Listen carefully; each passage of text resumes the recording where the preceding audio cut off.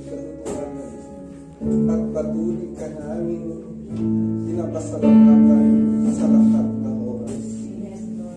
Diyos na tapat, Diyos na mabuti. Muli o Diyos, salamat po sa dakong lugar na ito na kami iyong tinipon upang patuloy ka namin mapaglingkuran na maitaas ang banal mong pangalan.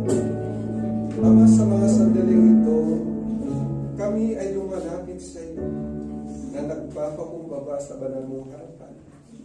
Inaamin po namin, O Lord, na wala po kaming magagawa kung kami po iwalay sa iyo. Dalangin po namin, O Diyos, na patuloy mo po kaming iniisip ng kabanal-banalang mugo ng mong anak na sa Jesus upang kami maging karapat-dapat Panginoon na tumawag sa iyo na aming Ama.